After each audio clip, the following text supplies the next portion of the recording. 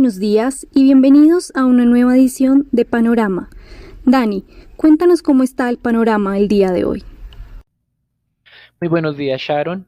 El panorama de arranque de semana es indeciso. La noticia del día será la reunión del Banco de la República de Colombia, en la que esperamos un nuevo recorte de 25 puntos básicos para dejar la tasa en un nuevo mínimo histórico de 2%. De acuerdo a las declaraciones del gerente del banco y el gerente técnico, podría ser el último ajuste en este ciclo, lo cual dependerá, como es usual, en la nueva información económica que se vaya a dar a conocer, aunque recuerden que Colombia tuvo uno de los periodos de cuarentena y de distanciamiento y de restricciones de movilidad más prolongados en la región. Con respecto al mercado accionario hoy en los Estados Unidos, abrimos con algunas ganancias, 0.2%, tanto en el Eurostock 600 como en futuros de el Standard & Poor's en los Estados Unidos. La semana pasada el Standard & Poor's precisamente cerró un nuevo máximo histórico de 3.508 unidades. En las noticias que han llamado la atención, una fuerte o una masiva adquisición de 5 compañías japonesas, o más bien de compra de acciones en 5 compañías japonesas, realizó el fondo gestionado por Warren Buffett, Berkshire Hathaway. Realizó adquisiciones por cerca de 6 billones de dólares. Una participación cercana al 5% fue lo que estuvo adquiriendo en el sector de energía y de materias básicas japonés. El fondo de inversión espera continuar incrementando su participación de la mano, pues obviamente, de las autorizaciones de los accionistas y de las leyes japonesas. El mercado japonés se valorizaba el día de hoy, de acuerdo al índice Nikkei, cerca de un 1%, aunque el índice Topix no varió gran cosa. Con respecto a China y este proceso de la venta o de la adquisición de TikTok por una parte de una compañía estadounidense, pues las autoridades chinas determinaron incrementar las restricciones para la exportación de tecnología desarrollada en China, tecnología que tenga que ver con reconocimiento de voz o con diseño de chips o algoritmos o inteligencia artificial, lo cual le pone, digamos, el palo a la rueda o un nuevo palo a esta rueda que sería la venta de las operaciones de TikTok en los Estados Unidos. Así que continúa complicándose esta negociación en la que recuerden que la semana pasada se informaba que Walmart estaba en conjunto con Microsoft pujando. Con respecto al mercado de divisas, la semana pasada y ante ese cambio del objetivo inflacionario hacia una inflación promedio por parte de la Fed, pues el dólar registró una fuerte devaluación o debilitamiento de su moneda, algo que no se observaba. Niveles de negociación del DXY de 92.2 unidades no se veía desde abril del 2018. El viernes pasado el dólar perdió el 0.7% frente a moneda de reserva y esta semana comienza con una caída adicional del 0.2%. Dentro de las monedas de reserva ha llamado la atención que el yen no está siguiendo esta dinámica generalizada de fortalecimiento adicional en el arranque de esta semana y se debe principalmente pues a que como mencionábamos en nuestro anterior podcast, difícilmente las autoridades japonesas abandonarán lo que ha venido implementando su primer ministro Shinzo Abe. Recuerden que el viernes pasado se confirmaba que debido a situaciones médicas o a motivos médicos había renunciado. Así que eventualmente este rebote o esta corrección del yen de dejar de apreciarse frente al dólar puede estar siendo explicada pues por este reconocimiento de que no va a haber cambios sustanciales, por lo menos en el corto plazo, de la política ultra expansiva, tanto fiscal como monetaria, implementada en Japón. Y las monedas de América Latina que habían estado registrando un mes muy débil frente al dólar, algo que no estaba ocurriendo frente a las otras monedas o el resto de monedas frente al dólar no estaban siendo débiles, pero las de América Latina sí, pues se revirtió también con esos anuncios del jueves pasado de cambio de política o de manejo inflacionario por parte de la Fed. El índice LASI que calcula JP Morgan el viernes pasado se valorizó cerca del 1.8%. Esto es un gran movimiento liderado por el Real de Brasil que se ganó o se fortaleció más del 3%, el peso colombiano cerca del 2% y el peso mexicano el 1.8%. Esta semana está abriendo con un leve retroceso, es decir, no se están fortaleciendo adicionalmente las monedas de América Latina, sino que están digamos, corrigiendo parte de la ganancia del día viernes, pero no es muy fuerte el movimiento, solamente es un 0.3% de corrección. En materias primas, la debilidad del dólar está impulsando las cotizaciones de las materias primas denominadas en esta moneda. Así es como el petróleo está hoy en máximos recientes. El caso del WTI estaba muy cerca de los $43.40 el barril y el Brent en los $46.30. La semana pasada cerró con información de perforaciones petroleras activas en los Estados Unidos de 180 perforaciones, 3 menos que la registrada la semana anterior, pero como venimos mencionando, llevamos cerca de mes y medio, casi 2 meses ya con estabilización en el desplome de la actividad petrolera. Goldman Sachs incrementó el precio objetivo del Brent para el tercer trimestre del próximo año a $64. Hoy estamos en 46, como mencionábamos inicialmente.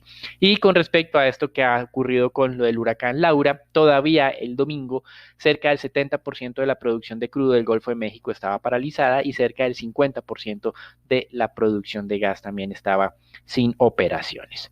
Entrando al mercado de renta fija, estamos viendo cómo las tasas de negociación de los tesoros a 10 años se mantienen en los máximos de la semana pasada, 0,73, 0,74%, bajo esa percepción de que ese cambio de la gestión de inflación de la Fed va a generar más inflación en el largo plazo. Pero como mencionábamos el mismo día viernes, pues había muchos factores que hacían pensar que si no había sido eficiente la Reserva Federal en lograr el objetivo inflacionario del 2% durante la última década, pues probablemente este cambio de enfoque tampoco vaya a ser tan determinante en alcanzar ese objetivo. Obviamente es razonable que los inversionistas tengan estas apuestas y debido a eso tenemos empinamiento en la curva de rendimientos. El spread 5 a 10 años aumentó a máximos que no se veían desde finales de 2017 de 45 puntos básicos y el spread 5 a 30 años también alcanzó máximos de 124 puntos básicos que no se observaban desde finales no del 2017 sino desde el 2016.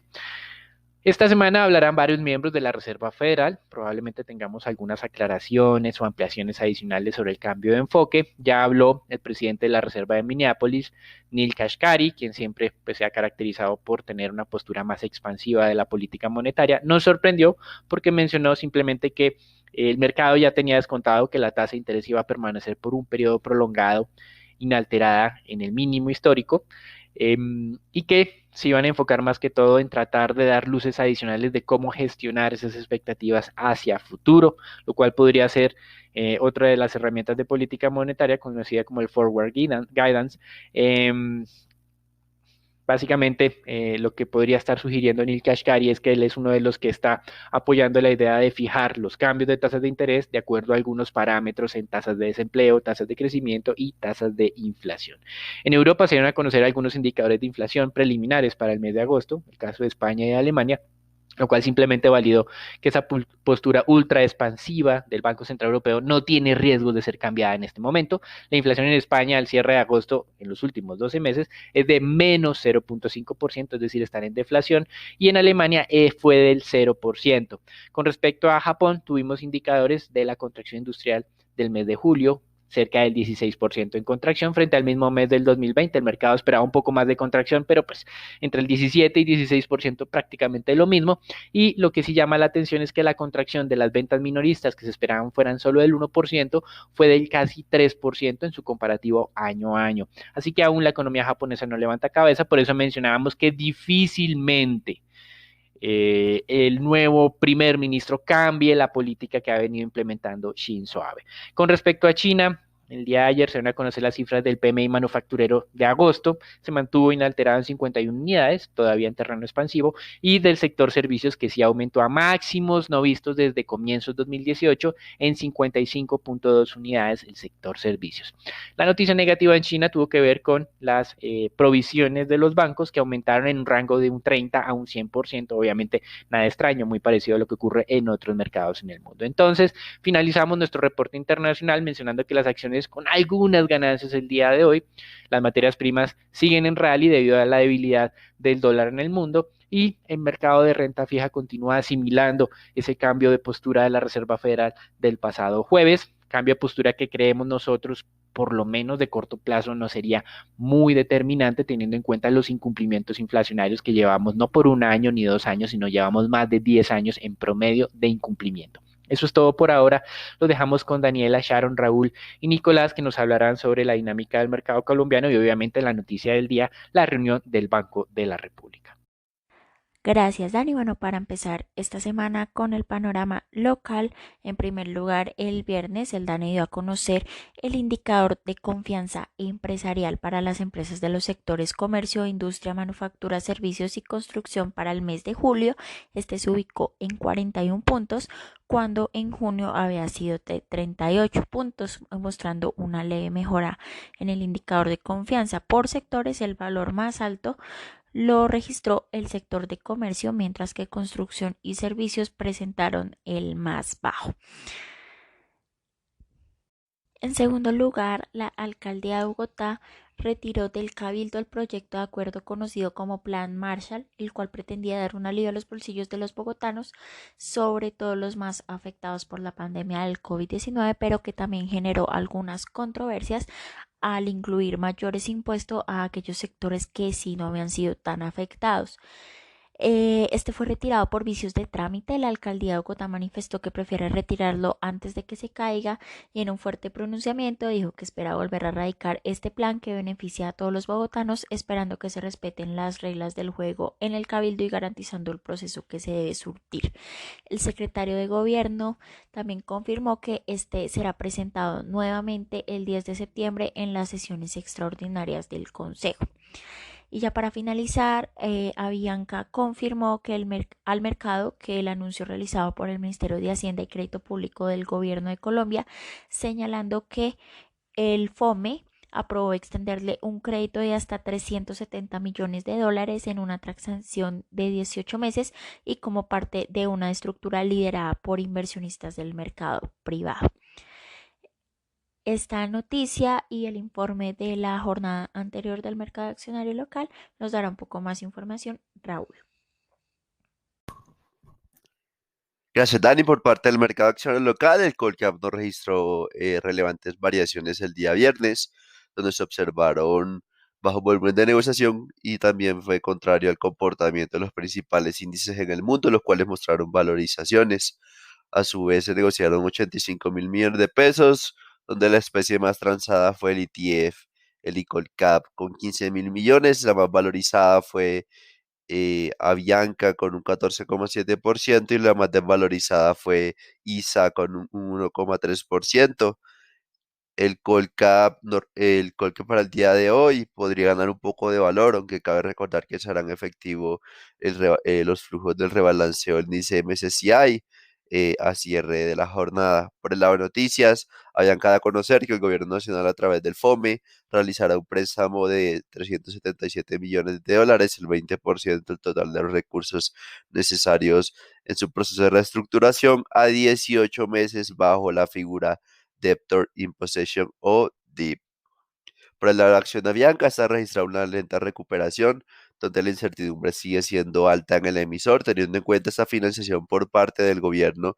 Esto provocaría que la compañía siga operando en línea con lo esperado. Sin embargo, cabe recordar que esto no genera valor sobre los accionistas minoritarios. Es un poco la historia similar al préstamo de los 1.200 millones de dólares bajo la misma figura, donde sigue la alta probabilidad de una posible dilución por parte de los minoritarios, por lo cual consideramos que cualquier valorización sobre la acción es altamente especulativa a pesar de esta financiación, teniendo en cuenta que los minoristas siguen siendo los principales afectados ante toda esta coyuntura. Y por otra parte, la acción de Terpel gana un poco de valor, impulsado por una mayor reapertura económica, lo que generaría una recuperación de la demanda de gasolina en el país. Consideramos que los precios fundamentalmente siguen siendo atractivos, los cuales rondarían cercano a los 14.000 pesos como precio objetivo.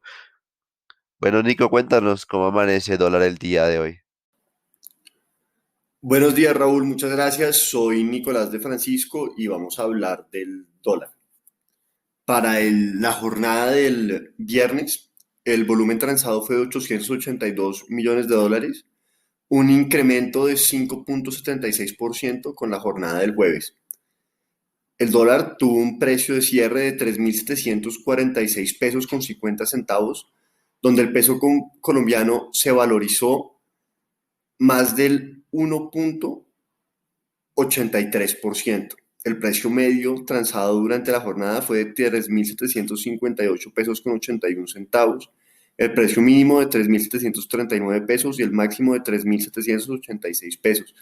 Esto dejando ver las reacciones del mercado frente a la nueva política monetaria del gobierno estadounidense. Para el día de hoy esperamos que el dólar tenga soportes hacia los 3.710 y 3.700 pesos y resistencias hacia los 3.770 y 3.780 pesos. Los dejo con Sharon para los temas de renta fija. Buenos días, Nico. Te cuento que la curva tasa fija tuvo un comportamiento mixto durante la jornada del viernes y cerró con valorizaciones de cerca de 2 básicos, con los 22 siendo la referencia que más variación presentó. De igual forma, la curva TSV continúa ganando valor y se desplazó a la baja cerca de 1.7 básicos, también concentradas las operaciones en la parte corta de la curva, con los 21 ganando cerca de 10 básicos y tocando un nuevo mínimo histórico de 0.6%.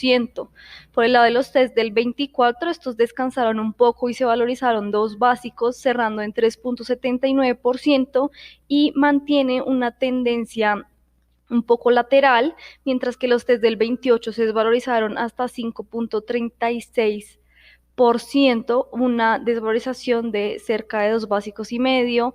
En cuanto a deuda corporativa, se negociaron cerca de 20.000 millones de pesos a través del sistema transaccional y aproximadamente 624.000 millones por registro, un poco de repunte en los volúmenes, y lo más transado fue tasa fija en plazos inferiores a un año e IBR del 21, un poco anticipándose a lo que será la jornada del día de hoy. En cuanto a datos económicos, el mercado tendrá hoy los ojos puestos en el dato de desempleo del mes de julio en la mañana, que será clave para la reunión de la Junta Directiva del Banco de la República en la tarde, donde esperamos un último recorte de 25 básicos hasta el 2%, que se mantendría estable hasta el tercer trimestre de 2021. El tono de la Junta marcará entonces el movimiento de la renta fija local para esta semana. Gracias por escucharnos y no olvides conectarte a diario para conocer el panorama del mercado. Buen día y hasta la próxima.